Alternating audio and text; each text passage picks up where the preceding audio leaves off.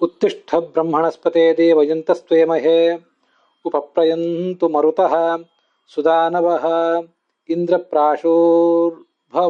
ಸಚಾಹ ಅಂತ ಮುಂದಿನ ಮಂತ್ರ. ಈ ಮಂತ್ರದಿಂದ ಆ ಭಗವಂತನನ್ನ ಪೂಜೆಗಾಗಿ ಏಳು ಅಂತ ನಾವು ಕರಿಬೇಕಂತ. ಇದು ಋಗ್ವೇದದ 1ನೇ ಮಂಡಲದ 40ನೇ ಸೂಕ್ತ. ಬ್ರಹ್ಮಣಸ್ಪತಿಯೇ ಇದರ ದೇವತಾ. ಬ್ರಹ್ಮಣಸ್ಪತಿ ಅಂದ್ರೆ ಯಾರು ಅಂತ ಬರೋದಿಲ್ಲ ಈ ಪುಸ್ತಕಗಳಲ್ಲಿ, ಪರಮಾತ್ಮ ಅಂತ ನಾವು ತಿಳ್ಕೊಳ್ಬಹುದು. ಮತ್ತೆ ಪ್ರಗಾಥ ಅದರ ಋಷಿ ಅಂತ ಕಾಣಿಸ್ತದೆ, ಅಥವಾ ಕಣ್ವ ಘೋರ ಅನ್ನುವವನು ಇದರ ಋಷಿ. ಪ್ರಘಾತ ಅನ್ನೋದು ಛಂದಸ್ಸಲ್ಲ, ಪ್ರಘಾತ ಅನ್ನೋದು ಛಂದಸ್ಸು ಹೊರತು ಋಷಿ ಅಲ್ಲ ಅದು. ಇಲ್ಲಿ ಬ್ರಹ್ಮಣಸ್ಪತಿಯೇ ಅದರ ದೇವತೆ, ಕಣ್ವ ಘೋರ ಅನ್ನುವನು ಅದು ಋಷಿ ಅಂತ ಇಷ್ಟು ತಿಳ್ಕೊಳ್ಬಹುದು. ಅದಕ್ಕೇನರ್ಥ? ಉತ್ತಿಷ್ಠ ಬ್ರಹ್ಮಣಸ್ಪತೆ.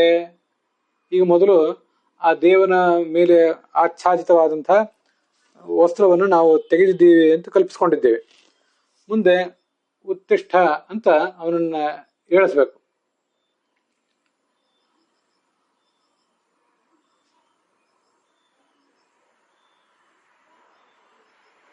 ಈ ಮೂಲತಃ ಇವೆಲ್ಲ ವೇದದಲ್ಲೂ ಕೂಡ ಉಪಯೋಗ ಕಾಣುತ್ತವೆ. ಆದ್ರೆ ನಾವು ಇದನ್ನ ಬೇರೆ ಬೇರೆ ಅನುಸಂಧಾನಕ್ಕೂ ಕೂಡ ತಗೊಳ್ಬಹುದು. ಬ್ರಹ್ಮಣಸ್ಪತಿ ಅಂತ ಭಗವಂತನಿಗೆ ಯಾಕೆ ಹೇಳ್ತಾರೆ? ಬ್ರಹ್ಮ ಅಂದ್ರೆ ವೇದ, ಅಥವಾ ಬ್ರಹ್ಮ ಅಂದ್ರೆ ಲಕ್ಷ್ಮೀದೇವಿ. ಅವಳಿಗೆ ಪತಿ ಆದ್ರಿಂದ ಪರಮಾತ್ಮನನ್ನೇ ಬ್ರಹ್ಮಣಸ್ಪತಿ ಅಂತ ಹೇಳಬೇಕು. ಹೇ ಬ್ರಹ್ಮಣಸ್ಪತಿ ಏತನ್ನಾಮಕ ದೇವ ಅಂತ ಸಾಯಣಾಚಾರ್ಯರಿಗೆ ವ್ಯಾಖ್ಯಾನ ಮಾಡ್ತಾರೆ. ಬ್ರಹ್ಮಣಸ್ಪತಿ ಎಂಬ ಹೆಸರಿನ ದೇವನೇ ಅಂತ. ಅದ್ರ ಬದಲು ಈ ತರ ಅರ್ಥ ಮಾಡುವುದು ಉಚಿತನೇ. ಉತ್ತಿಷ್ಠ, ನೀನು ಹೇಳ್ಬೇಕು. ಎದ್ದು ಏನ್ ಮಾಡಬೇಕು? ದೇವಯಂತಸ್ತ್ವ ಈಮಹೆ. ದೇವಯಂತಹ ಅಂದ್ರೆ ದೇವರನ್ನ ಇಚ್ಛೆ ಪಡುವಂತಹ, ದೇವರ ಸಮೀಪಕ್ಕೆ ಹೋಗಲಿಕ್ಕೆ ಬಯಸುವಂತಹ ನಾವು. ದೇವಂ ಕಾಮಯಮಾನಃ ವಯಂ. ನಾವು ನಿನ್ನ ಬಳಿಗೆ ಬರಲಿಕ್ಕೆ ಬಯಸಿದ್ದೀವಿ. ಅಂಥ ನಾವು ತ್ವಾ ನಿನ್ನನ್ನು ಈಮಹೆ ಯಾಚಾಮಹೆ ಪ್ರಾರ್ಥಿಸ್ತಾ ಇದ್ದೇವೆ. ನೀನು ಪೂಜೆಗಾಗಿ ಸನ್ನದ್ಧನಾಗಬೇಕು, ನಮ್ಮ ಪೂಜೆ ಸ್ವೀಕಾರ ಮಾಡಬೇಕು ಅಂತ ಪ್ರಾರ್ಥಿಸ್ತಾ ಇದ್ದೇವೆ ಅಂತ ಅರ್ಥ. ಉಪಪ್ರಯಂತು ಮರುತಃ ಸುದಾನವಃ. ಸುದಾನವಃ ಅಂದ್ರೆ ಚೆನ್ನಾಗಿ ದಾನ ಮಾಡುವಂಥವ್ರು, ಮರುತ್ತುಗಳು. ಯಾರು ಅವರು ಮರುತ್ತುಗಳು ಅಂದ್ರೆ 49 ಜನ ಮರುತ್ತುಗಳನ್ನು ಎಲ್ಲರನ್ನೂ ಇಲ್ಲಿ ಪ್ರಾರ್ಥನೆ ಮಾಡಬಹುದು, ಮಾಡಬಾರದಂತ ಏನಿಲ್ಲ. ಆದ್ರೆ ಮುಖ್ಯವಾಗಿ ಮರುತಃ ಅಂದ್ರೆ ಮುಖ್ಯ ಪ್ರಾಣನ ರೂಪಗಳು. ಶುಚೀವೋ ಮರುತಃ ಹವ್ಯ ಅಂತನ್ನೋದ್ರಲ್ಲಿ ನಾವು ಹಿಂದೆ ನೋಡಿದ್ದೇವೆ. ಅದರಿಂದ ಆ ಮುಖ್ಯ ಪ್ರಾಣನ ಅಥವಾ ಚತುರ್ಮುಖನ ರೂಪಗಳನ್ನೇ ಮರುತಃ ಅಂತ ಇಲ್ಲಿ ನಾವು ತಿಳ್ಕೊಳ್ಬೇಕು. ಆ ಮುಖ್ಯ ಪ್ರಾಣನ ರೂಪಗಳು ಸುದಾನವಃ, ನಮಗೆ ಬೇಕಾದಂತಹ ಜ್ಞಾನ ಭಕ್ತಿ ವೈರಾಗ್ಯ ಎಲ್ಲವನ್ನೂ ಕೂಡ ಕೊಡುವಂಥವು. ಅಂಥ ಆ ರೂಪಗಳು ಒಟ್ಟು ಆ ಮುಖ್ಯ ಪ್ರಾಣ ಅಥವಾ ಚತುರ್ಮುಖ ಅಂತ ಸರಳೀಕೃತವಾದ ಅರ್ಥ. ಉಪಪ್ರಯಂತು ನಮ್ಮ ಬಳಿಗೆ ಬರಲಿ. ಮೊದಲು ಲಕ್ಷ್ಮೀನಾರಾಯಣನ ಪ್ರಾರ್ಥನೆ ಆಯಿತು ಬ್ರಹ್ಮಣಸ್ಪತಿ ಎಂಬ ಶಬ್ದದಿಂದ. ಮುಂದೆ ಆ ಮರುತ್ತುಗಳು ಅಂದ್ರೆ ಮುಖ್ಯ ಪ್ರಾಣ ಮತ್ತು ಚತುರ್ಮುಖ ಬ್ರಹ್ಮರು ಕೂಡ ಅಲ್ಲಿಗೆ ಬರಲಿ ಅಂತ. ಈ ಮರುತಃ ಅಂತೇನು ಬಹುವಚನ ಇದೆಯಲ್ಲ, ಅದಕ್ಕೆ ಮತ್ತೊಂದು ಅರ್ಥ ಹೇಳ್ಬಹುದು. ಚತುರ್ಮುಖ, ಆತನ ಪತ್ನಿ ಸರಸ್ವತಿ, ಮುಖ್ಯ ಪ್ರಾಣ ಮತ್ತು ಆತನ ಪತ್ನಿ ಭಾರತಿ, ಈಗ ಒಟ್ಟು 4 ಜನ ಆಗ್ತಾರೆ. ನಾವು ಅನೇಕ ಕಡೆ ಈ ವ್ಯವಹಾರದಲ್ಲೂ ಕೂಡ ನಮ್ಮ ಸರ್ನೇಮ್ಗಳನ್ನು ಉಪಯೋಗ ಮಾಡ್ತಿರ್ತೇವೆ. ಸರ್ನೇಮ್ಗಳನ್ನು ಉಪಯೋಗ ಮಾಡಿದಾಗ ಆ ಸರ್ನೇಮನ್ನು ಬಹುವಚನದಲ್ಲಿ ಹೇಳಿದರೆ, ವ್ಯಕ್ತಿಯ ಕುಟುಂಬ ನಾಮ ಏನಿರ್ತದಲ್ಲ ಅದನ್ನು ಬಹುವಚನದಲ್ಲಿ ಹೇಳಿದರೆ ಆ ಕುಟುಂಬದವರು ಬರಲಿ ಅಂತ ಹೀಗೆ ಅರ್ಥ ಆಗ್ತದೆ. ಅದರಂತೆ ಮರುತಃ ಅಂತನ್ನೋದು ಬಹುವಚನದಲ್ಲಿ ಯಾಕಿದೆ ಅಂದ್ರೆ ಒಟ್ಟು 4 ಜನರನ್ನ, ಚತುರ್ಮುಖ, ಸರಸ್ವತಿ, ಪ್ರಾಣ ಮತ್ತು ಭಾರತಿ, ಈ 4 ಜನ ನಮಗೆ ಬೇಕಾದೆಲ್ಲವನ್ನು ಕೊಡುವಂಥವ್ರು, ಅವರು ಇಲ್ಲಿಗೆ ಬರಲಿ ಅಂತ ಹಾಗೂ ಕೂಡ ಅರ್ಥ ಮಾಡಬಹುದು.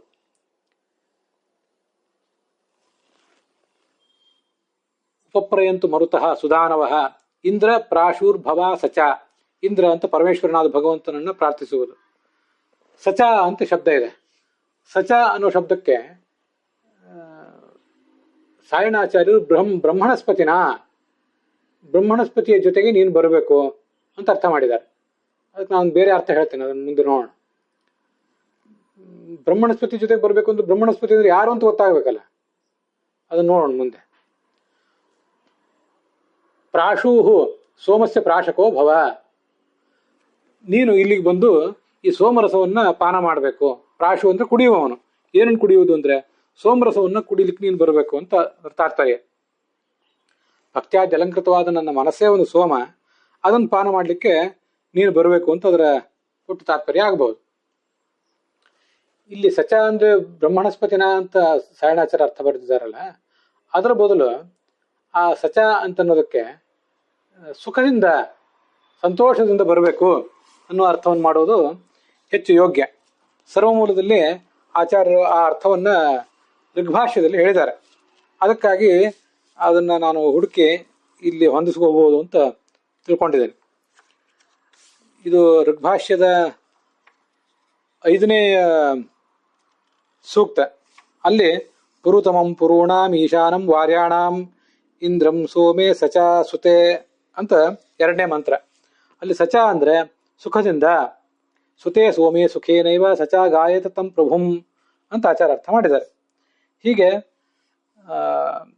ನೀನು ಇಲ್ಲಿ ನಾವು ಮಾಡುವಂತಹ ಪೂಜೆ ಏನಿದೆ, ಆ ಪೂಜೆಯನ್ನು ಸ್ವೀಕಾರ ಮಾಡಲಿಕ್ಕೆ ಅಂದ್ರೆ ಸುಖದಿಂದ ಬರಬೇಕು ಅಂತ ಅದರ ಅರ್ಥ. ಸಚ ಅನ್ನೋದಕ್ಕೆ ಅರ್ಥವನ್ನ ನಾನೀಗಾಗಲೇ ಹೇಳಿದೆ. ಅದು ಋಗ್ವೇದದಲ್ಲೇ ಬಂದಿದೆ. ಹಾಗಾಗಿ ಇಲ್ಲಿ ಕೂಡ ಇಂದ್ರ ಪ್ರಾಶುರ್ ಭವ ಸಚ, ಸುಖದಿಂದ ಬಾ, ಸಂತೋಷದಿಂದ ನನ್ನ ಪೂಜೆಯನ್ನು ಸ್ವೀಕಾರ ಮಾಡ್ಲಿಕ್ಕೆ ಬಾ ಅಂತ ಆ ಭಗವಂತನನ್ನು ಪ್ರಾರ್ಥನೆ ಮಾಡಿದಾಗ ಆಗ್ತದೆ. ಇದಿಷ್ಟು ಅದರ ಅರ್ಥ.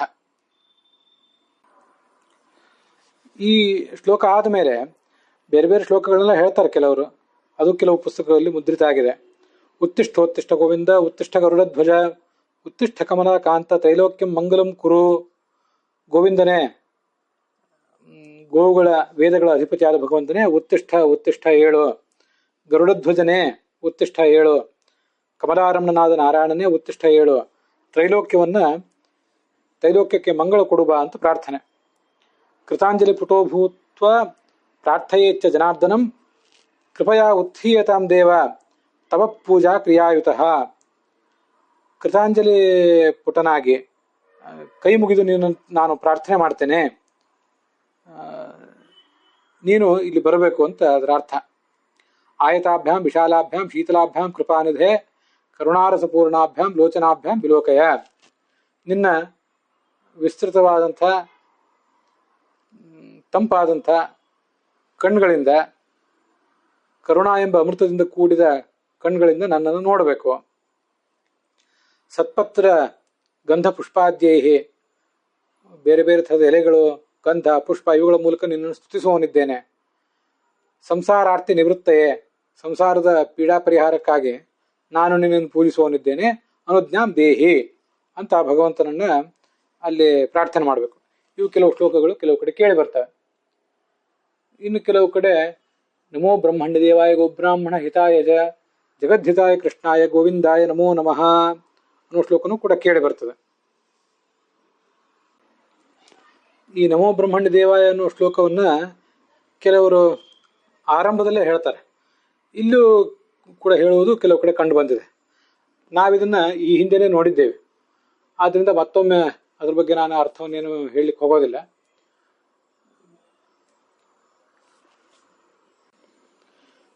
ಆರಂಭದಲ್ಲಿ ದ್ವಾರಪಾಲಕರ ವಂದನ ಇತ್ಯಾದಿಗಳೆಲ್ಲ ಆದಮೇಲೆ ದೇವತಾ ಸ್ತೋತ್ರ, ದ್ವಾರಪಾಲಕರ ವಂದನ, ಮುಂದೆ ಒಂದೇ ವಿಷ್ಣು ನಮಾಮಿ ಇದನ್ನೆಲ್ಲ ಹೇಳಿದ್ದಾದ ಮೇಲೆ ನಮೋ ಬ್ರಹ್ಮಣ್ಯ ದೇವಾಯ ಅನ್ನೋ ಶ್ಲೋಕದ ಅರ್ಥವನ್ನ ನಾವು ನೋಡಿದ್ದೇವೆ.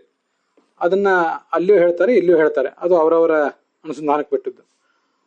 ಆದರೆ ನಮಗೆ ಗೊತ್ತಿರಬೇಕಾದದ್ದೇನು, ಉತ್ತಿಷ್ಠ ಬ್ರಹ್ಮಣಸ್ಪತೆ ಸಕ್ತುಮಿವತಿತವುನ, ಈ ಶ್ಲೋಕಗಳನ್ನೇ ಎಲ್ಲರೂ ಹೇಳೋದಿಲ್ಲ.